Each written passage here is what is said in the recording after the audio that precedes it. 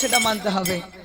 আমি বলি কয়েকটা বিধানের নাম, আমি আজকে বুঝিয়ে বুঝিয়ে কিছু ওয়াজ করব, এটা জ্ঞানের কথাই বলতে পারেন, উপকারের কথা। এক হচ্ছে ইসলামের বিধানে ফরজ থেকে শুরু করেন, ফরজ, ওয়াজিব, সুন্নাত, এটা দুই প্রকার। দেয়ার আর two types of Sunnah. Number 1 সুন্নাতে মুআক্কাদা, নাম্বার 2 সুন্নাতে গায়র মুআক্কাদা। এরপরে আপনার হচ্ছে নফল, এরপরে হচ্ছে মুস্তাহাব, এরপরে হচ্ছে মুবাহ। এরকম ভাবে আপনার প্রায় 7-8টা হুকুম আছে যেটা আমাদের দৈনন্দিন জীবনে কাজে লাগবে। এই হুকুমগুলো আমরা জানি না যে কোনটার সঙ্গে কি সম্পর্ক, কোনটার কাজ কতটা গুরুত্বপূর্ণ। এই যে আর কয়েকদিন পর রমজান আসে, রমজান মাস, এই রমজান মাসের 30টা রোজা হয়, কোন কোন বছর 29টা হয়, তাই তো? এখন যদি এবছর 30টা রোজা হয় আর কেউ যদি 29টা রাখে, বা যদি 29টা রোজা হয় আর কেউ যদি 28টা রাখে, 29টা রোজা কষ্ট করে না খেয়ে বাড়ির সংসার পরিচালনা করে 28টা রোজা রেখেছে, কিন্তু 29 নম্বর রোজাটা ইচ্ছাকৃতই রাখেনি, ভালো লাগেনি তাই রাখেনি। ওই আগের 28টা যেভাবে রাখার কথা ছিল সে অনুযায়ী ও 29 নম্বরটাও রাখতে পারত, কিন্তু রাখেনি। তো আল্লাহ রাব্বুল আলামিনের বিধান হচ্ছে নিশ্চিত যে লোকটা 28টা রোজা করেছে আর একটা রোজা করেনি, অথচ 27 রাতে রাত জেগে তওবা করে একদম সব গুনাহ মাফ করে নিয়েছে, বুঝলেন কিনা? 28 দিনের রোজাটা করেনি, ওই লোকটা নিশ্চিত সন্দেহ মুক্ত ভাবে জাহান্নামে যাবে। ভাবলেন যে খুব ভালো অফার দেবো নাকি এতক্ষণ ধরে? এই লোকটা সন্দেহ মুক্ত ভাবে জাহান্নামে যাবে।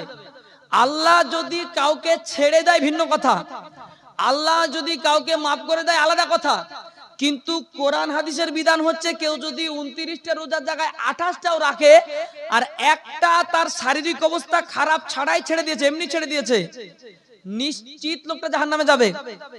বাড়িতে বাপ মারা গিয়েছে, বাড়িতে বাপ মারা গিয়েছে আর বাপের কান্না করতে গিয়ে যদি মেয়ে নামাজ ছেড়ে দেয়, ফজরের নামাজ, বাপের কান্না করতে গিয়ে বেটা ফজরের নামাজ ছেড়ে দিয়েছে, জোহরের নামাজের পরে জানাজা হবে, জোহরের নামাজ কাঁদতে কাঁদতে বুক থাবড়াতে থাবড়াতে বাপের ব্যথা দেখাতে গিয়ে, বাপের ভালোবাসা দেখাতে গিয়ে জোহরের নামাজ ফজরের নামাজ বাদ দিয়ে দিয়েছে, কিন্তু বাপের জানাজা বাদ দেয়নি।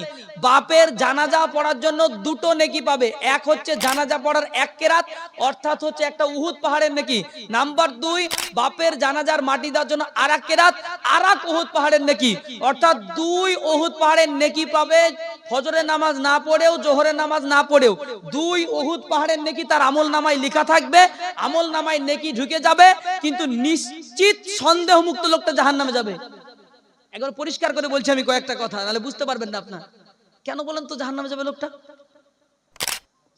হ্যাঁ, ফজর পড়েনি।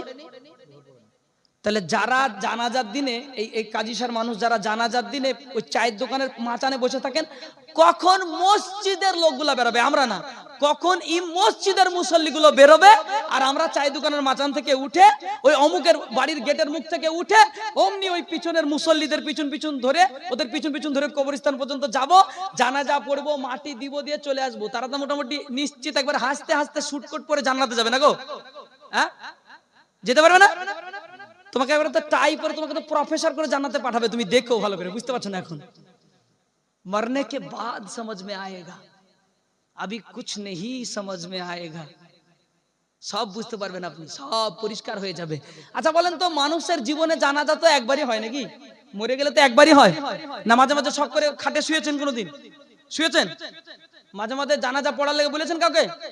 বলেননি। কবার জানাজা হয়? একবার। একটা মানুষের জীবনে একবারই জানাজা হয়। তা বলেন দেখি, ওই একবার জীবনের জানাজার মূল্য বেশি না প্রতিদিন যেই নামাজ পাওয়া যায় গেলেই হলো ওই নামাজটার গুরুত্ব বেশি? কোনটা? হ্যাঁ, প্রতিদিনের 5 ওয়াক্তের গুরুত্ব বেশি। তা জানাজায় লোক বেশি হয় না নামাজে হয়? তা তোমার মতন হারামখোর কে আছে? তোমার মতন শয়তান কে আছে? তোমার মতন ধোঁকাবাজ কে আছে? রাগ করছেন? কিচ্ছু করার নাই, নাথিং টু ডু, কিচ্ছু করার নাই। একটা একটা করে হবে, যেদিকে যাবে যাবে, বুঝলেন কিনা? আমি যে কটা বলে যাব, পাশে সুরুলিয়া মাদ্রাসার বড় বড় মুহাদ্দিস আছে, সকালবেলায় আমার ওয়াজটা রেকর্ডিং হচ্ছে, সকালবেলাতে বলবেন এই দেখেন এই হুজুর এই ওয়াজ করে গেছে, প্রমাণ আছে, এই কথাগুলা কি ঠিক? যদি বলে মিথ্যা, তাহলে আমাকে আবার আগামীকাল ডাকবেন, নাহলে একদিন ডাকবেন, বিচারে বসে যেই বিচার চাইবেন সেই বিচার আমি মাথা পেতে নেব ইনশাআল্লাহ।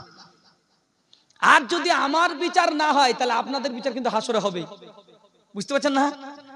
আমার বিচার যদি মৌলবীরা ভুল না ধরতে পেরে যদি আমার বিচার না হয় তাহলে যাদের ব্যাপারে কথা হচ্ছে তাদের বিচার কিন্তু হবেই, নিশ্চিত হবে হবে হবে হবে।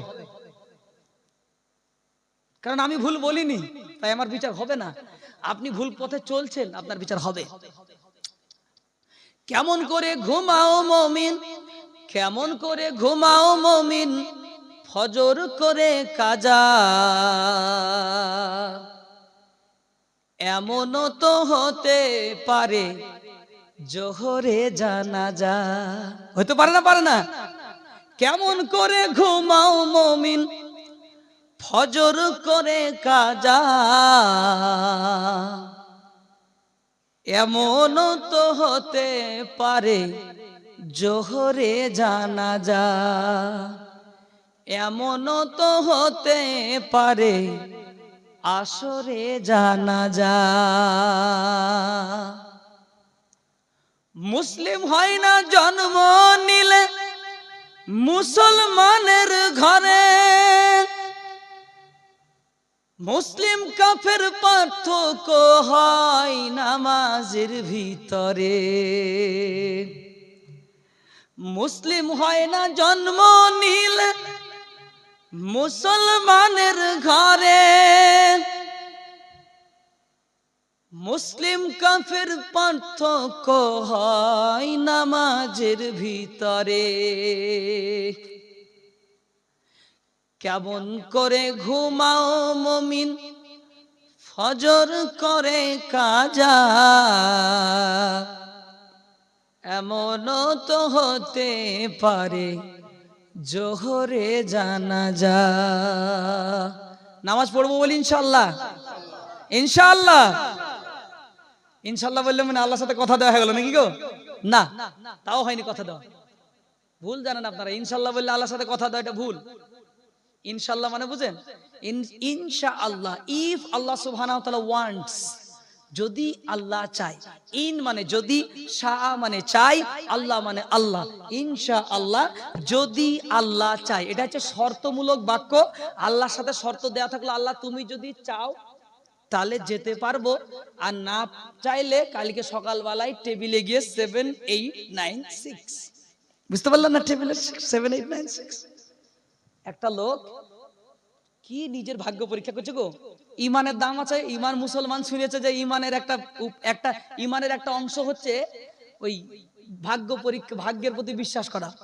তো লোকটা ভাগ্য পরীক্ষা করতে গেছে, দরদি দিলের মানুষ, ভাগ্য পরীক্ষা, লটারি, বুঝতে পারছেন না?